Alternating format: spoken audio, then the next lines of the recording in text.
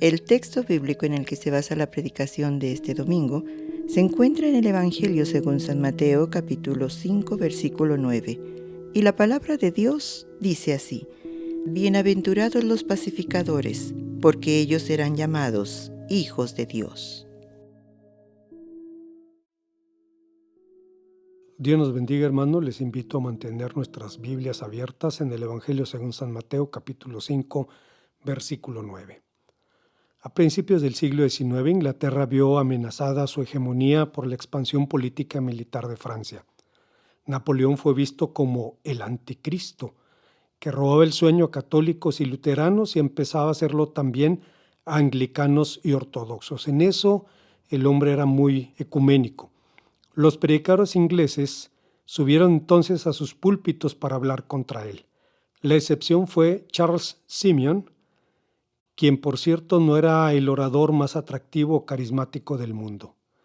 Simeon pertenecía a la aristocracia, aunque durante su infancia su única distinción fue ser considerado el niño más feo de su escuela. Por el acceso al alumnado de su alma mater, Simeon anhelaba pastorear una iglesia en Cambridge, súplica que Dios le concedió, aunque debió soportar allí 20 años de insultos, burlas y violencia física. El problema era que, como ocurre ahora, las iglesias de aquel tiempo preferían el entretenimiento antes que el discipulado. Querían que los pastores las divirtieran, no que las confrontaran. Pero Simeon lo tenía claro. Decía: una de las marcas esenciales del genuino arrepentimiento es ver nuestros pecados como Dios los ve. Durante el ascenso de Francia, Simeon, líder de los predicadores ingleses, se negó a dejar de hablar de Cristo para hablar contra Napoleón, lo que en sus días era el camino más corto hacia la fama. Pero al disiparse la amenaza, también lo hicieron los predicadores de ocasión, en tanto que la influencia de Simeon fue creciendo de forma exponencial dentro y fuera de la iglesia. Vivimos días en los que oímos de guerras y rumores de guerras, como nos dice Mateo capítulo 24, lo que hace que, como ocurrió en el pasado, algunos opten por sermones entre comillas que venden, es decir, por arengas barnizadas de profecía que roban el sueño y excitan las emociones. Pero Dios sigue en el control. La Biblia sigue llamando a la confianza, sigue llamando bienaventurados a los pacificadores, no a los angustiadores. De modo que este texto nos enfrenta a preguntas ineludibles. Veamos cuáles son. Estamos hablando, hermanos, de las interrogantes de la séptima bienaventuranza, y la primera que el texto nos propone es: ¿qué es la paz? El término hebreo más común para cifrar la bendición de la paz es shalom, nombre que se eleva desde el más coloquial de los saludos hasta los bienes inefables de la era mesiánica. Shalom proviene de una raíz que significa estar completo. Cifra el estado o la sensación de armonía, bienestar y prosperidad, pero no significa necesariamente ausencia de guerra. La tradición judía enseña que, a pesar de ser un don divino, la paz surge siempre del conflicto, de los que los judíos decían solamente existen de dos tipos: los que son en beneficio del cielo y los que son contra el cielo.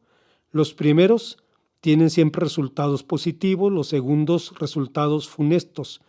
Bien dijo el Maestro allá en Mateo capítulo 11, versículo 12, el reino de Dios avanza a pesar de sus enemigos y solo la gente valiente y decidida logra formar parte de él. Es importante recordar que la revelación bíblica fue progresiva, fue develada de forma gradual, y en esa medida el pueblo de Dios fue entendiendo que la paz es un don divino, como vemos en el Salmo 29, 11, Isaías 26, 12, etc. Al principio, la paz tenía una dimensión puramente terrenal, pero con el tiempo fue apuntando a la esperanza en una bendición espiritual y celestial. Pero como ocurre con todos los dones divinos, la paz entraña también responsabilidades humanas, aunque la participación humana en el logro de la paz suele ser de carácter ambiguo. Muchas veces, entre comillas, paz es solo el instrumento con el que protegemos nuestros intereses.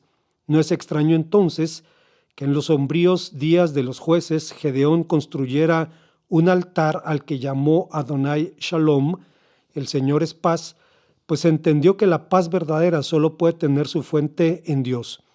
Pero más allá de lo anecdótico o etimológico, la paz es una bendición que trasciende las relaciones humanas. Según la Biblia, la paz, tanto con el prójimo como con nosotros mismos, se fundamenta en la comunión con Dios. Para San Pablo, esta paz nos bendice incluso de formas misteriosas. Allí en su carta a los Filipenses capítulo 4, versículo 7 dice: «Y la paz de Dios, que sobrepasa todo entendimiento, guardará vuestros corazones y vuestros pensamientos en Cristo Jesús». Con cuánta razón, decía William MacDonald, esta es una paz que custodia el corazón y la mente. Qué tónico para estos días de neurosis, de colapsos nerviosos, de tranquilizantes y de angustia mental.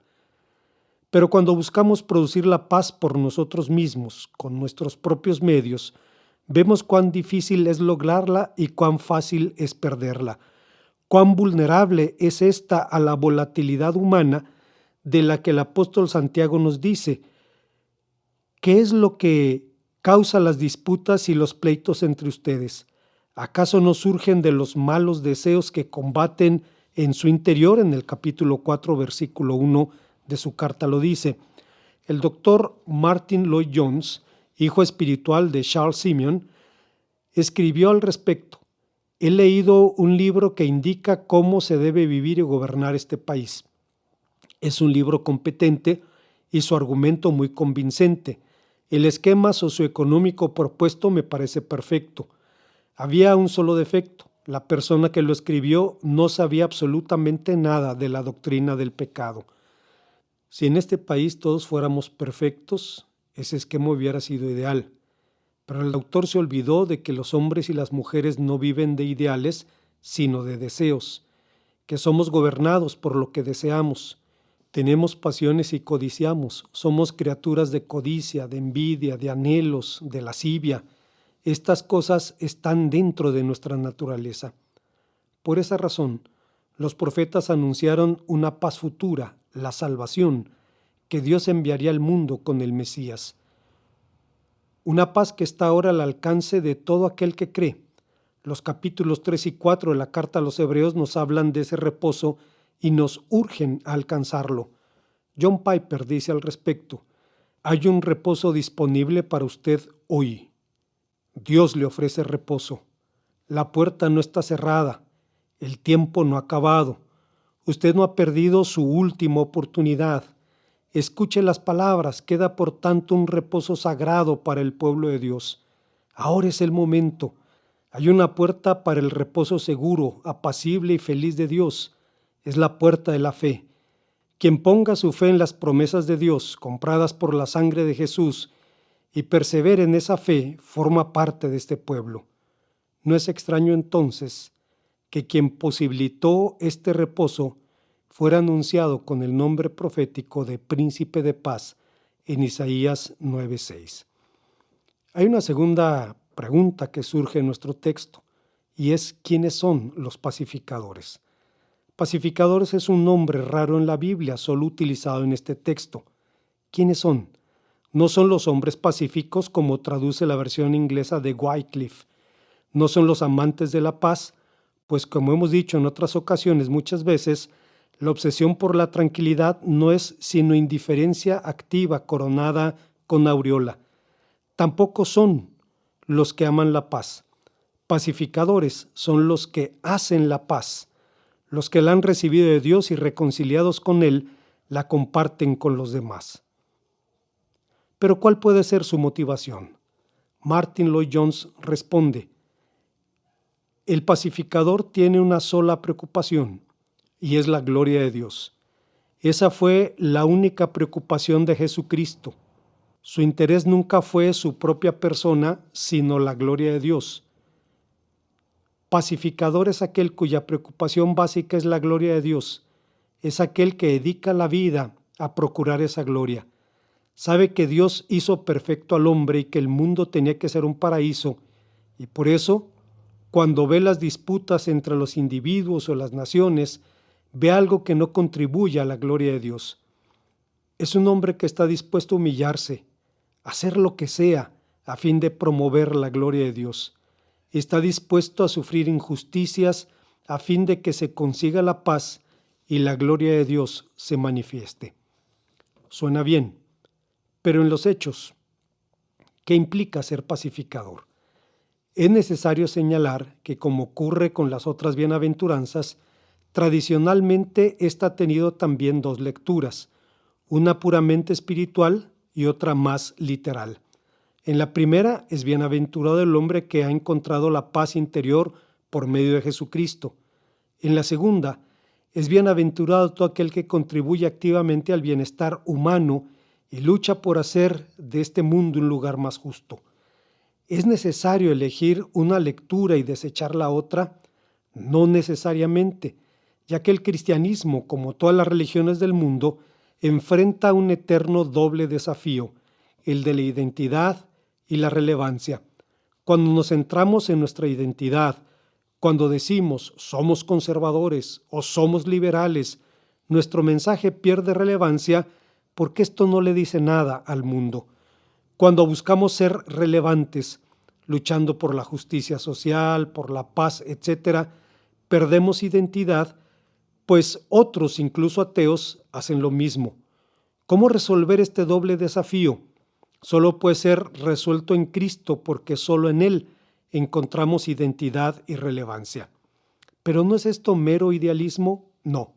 Considere por favor lo siguiente. Cuando el apartheid, el sistema de segregación legal de Sudáfrica, fue abrogado, la nación emergente enfrentó el reto del que dependía su propia subsistencia. ¿Debían quedar impunes los crímenes de odio? ¿Podría haber paz sin justicia? Cual fuera la respuesta, podía desembocar en guerra civil.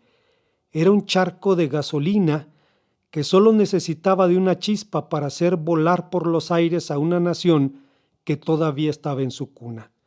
Afortunadamente, cristianos como el arzobispo Desmond Tutu, quien decía: sin perdón no hay futuro, pero sin confesión no hay perdón, convencieron a la nación de que la justicia retributiva no es la única forma posible de justicia. Para muchos de los que perdieron brazos y ojos por la represión del apartheid, más importante que la justicia que emana de procesos penales eran otras formas de justicia. La transición sudafricana vinculó la justicia penal a la justicia restaurativa. Otorgó amnistía a los agresores a condición de que en público y frente a sus víctimas confesaran sus delitos. Durante 2 años, ante la Comisión de la Verdad y la Reconciliación, desfilaron víctimas y victimarios, dejando constancia pública de las atrocidades que sufrieron los primeros y cometieron los segundos. Obviamente, la justicia restaurativa no borra el pasado. No es una píldora de amnesia. Perdonar no es olvidar, pero ayuda a tolerar dolores físicos y morales, a aliviar memorias y corazones angustiados, a salvar vidas y a dar esperanza a las naciones. La paz no resulta entonces de la evasión de los problemas, no exige, en aras de evitar los conflictos, la resignada aceptación del mal. Lo que exige es vencer al mal con el bien, como dice el Señor Jesús en Mateo 5, 44 al 48. Hay una tercera y última pregunta que surge en nuestro tema, y es: ¿cuál es la promesa de la séptima bienaventuranza? ¿Qué significa ser llamado hijo de Dios? Para responder esta pregunta es necesario recordar que el hebreo bíblico posee muy pocos adjetivos. Es una lengua descrita como un maratonista africano, una lengua corriosa, magra, vigorosa. Se vale de unos cientos de raíces para comunicar su mensaje. Cuando se querían describir las cualidades de algo o de alguien, se usaba el modismo de filiación hijo de, acompañado por algún sustantivo. Ser hijo de perdición significaba estar perdido, como encontramos en Juan 17:12.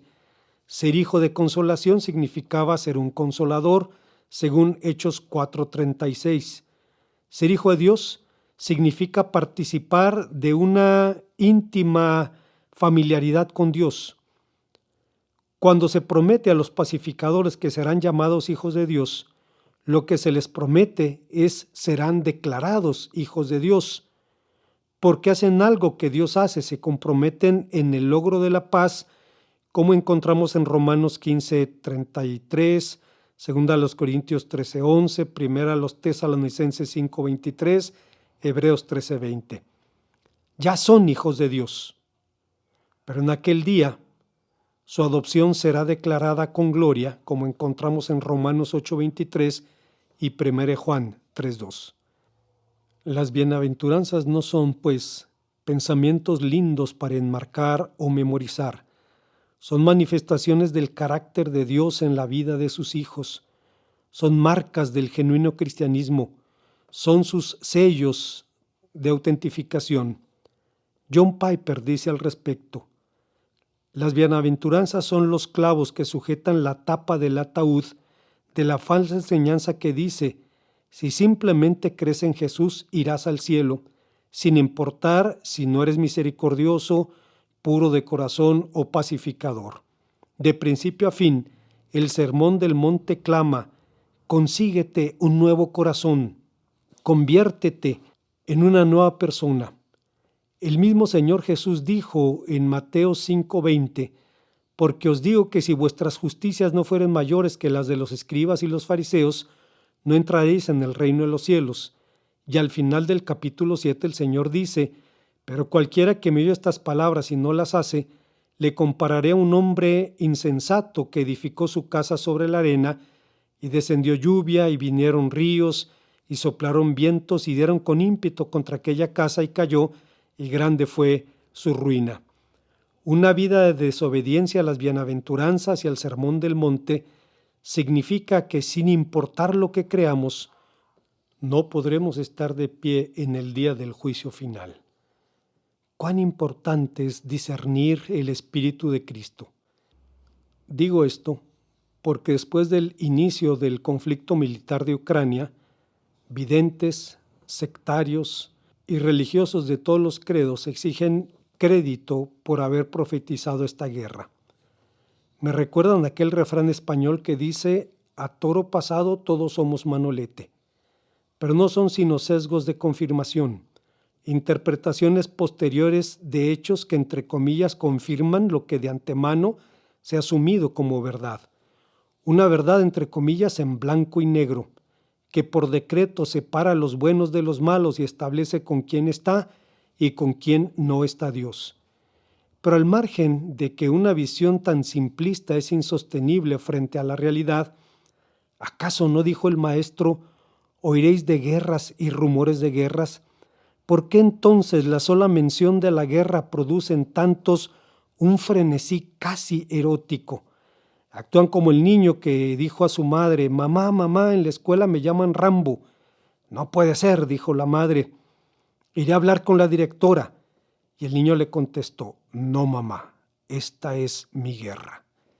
Cuán lejos del Espíritu de Cristo, cuán contrario al alma de la oración simple que ruega: Señor, hazme un instrumento de tu paz, que donde haya odio ponga yo amor, que donde haya injuria perdón, que donde haya duda fe, que donde haya desánimo esperanza, que donde haya obscuridad luz, que donde haya tristeza gozo.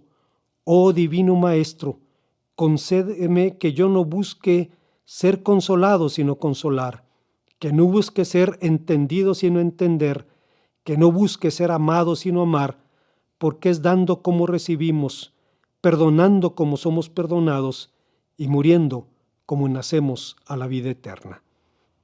Como conclusión, debo aclarar que creo firmemente en la profecía, que creo que ni una jota ni una tilde pasarán sin que se cumpla, que el cielo y la tierra pasarán, pero sus palabras no pasarán. Creo en el regreso de Jesucristo con la misma seguridad que ha sostenido a la Iglesia por 20 siglos. Creo que si Dios quiere hablar, puede utilizar incluso a un burro. Creo que Dios se sirve de lo débil del mundo y de lo vil del mundo para ganar al mundo, como dice San Pablo en 1 Corintios 1:27. En lo que no creo es en el síndrome de Manolete, ni creo en los pseudo profetas que quieren hacer caminar al caballo con la zanahoria diciéndole, ya las señales se están mirando.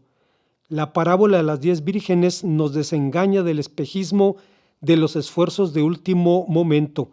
Nos insta a velar, aunque las señales no se estén mirando, como encontramos en Mateo 25, del 1 al 13.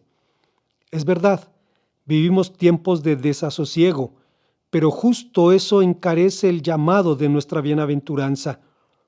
Con su conocida pertinencia, Carlos Spurgeon decía sobre este texto, esta es la séptima bienaventuranza. El número 7 está siempre rodeado de un halo de misterio. Era el número que denotaba perfección entre los hebreos y al parecer el Salvador colocó al pacificador allí como si se aproximara al hombre perfecto en Cristo Jesús. Aquel que quiera alcanzar la perfecta bienaventuranza en la medida en la que pueda ser alcanzada en esta tierra, debe convertirse en un pacificador. Consecuentemente, el mismo Carlos Spurgeon, un británico de pura cepa, la personificación misma del victoriano estricto, dijo sobre este texto, el pacificador recuerda la guerra con Rusia y se acuerda de cuán tontos fuimos al involucrarnos allá, pues el conflicto nos acarreó grandes pérdidas y ninguna ventaja visible. Sabe que a menudo esta nación ha sido arrastrada a la guerra por razones políticas y que usualmente la presión y la carga recae sobre el pobre trabajador, sobre aquel que tiene que ganarse el pan con el sudor de su frente. Si usted ha entendido que como hijo de Dios ser pacificador es parte de su vocación fundamental, lo felicito. Pero le sugiero que considere algunas ideas antes de hacer nada. Si usted quiere servir como activista por la paz, infórmese primero de a quién sirve su activismo. Para hacerse de una opinión informada, pida sabiduría a Dios y asegúrese de conocer todos los puntos de vista, pues quien tiene el micrófono no necesariamente tiene la verdad. Además, tener una opinión informada le ahorrará prejuicios, rencores y conclusiones apresuradas. Si piensa donar dinero, investigue antes a dónde va a parar su dinero. Si Dios le llama a servir en un campo de refugiados, hágalo por las razones correctas, pero no participe ni promueva el turismo religioso. Aunque el amor es sufrido, como dice Pablo en 1 Corintios 13:4, no le recomiendo que se ofrezca como escudo humano. Entienda que la gracia no tiene colores y que hay víctimas en todos los bandos, y si usted no puede servirles directamente, ore por ellas y ore por usted mismo para que Dios le indique la mejor forma de ser pacificador, empezando obviamente en su entorno y en su propio país. En síntesis, basado en esta bienaventuranza, Carlos Spurgeon resumió una serie de acciones y actitudes que siguen vigentes para nosotros. Spurgeon dijo, pero el principal trabajo que quiero ponerlos a hacer es este. Jesucristo es el más grande de los pacificadores. Él es nuestra paz. Vino a establecer la paz entre el judío y el gentil, pues de ambos pueblos hizo uno, derribando la pared intermedia de separación. Vino a establecer la paz entre las naciones, pues ya no somos griegos, bárbaros, ni escitas, ni siervos, ni libres, sino que Cristo es todo y en todos. Vino a establecer la paz entre la justicia de Dios y nuestras almas ofensoras, y por medio de la sangre de su cruz ha obtenido la paz para nosotros. Ahora ustedes que son hijos de la paz, esfuércense como instrumentos en sus manos para lograr la paz entre Dios y los hombres. Eleven sus oraciones al cielo por las almas de sus hijos. No dejen jamás de orar por las almas de sus conocidos y familiares. Oren por la salvación de sus semejantes que perecen. Así serán pacificadores. Y cuando hubieren orado, usen todos los medios a su alcance. Prediquen si Dios les ha dado esa habilidad. Prediquen con el poder del Espíritu Santo la palabra de vida que reconcilia. Enseñen si no pueden predicar. enseñen la palabra, insten a tiempo y fuera de tiempo, siembren junto a las aguas, pues el Evangelio habla mejor que la sangre de Abel y clama por la paz entre los hijos de los hombres. Oremos al Señor.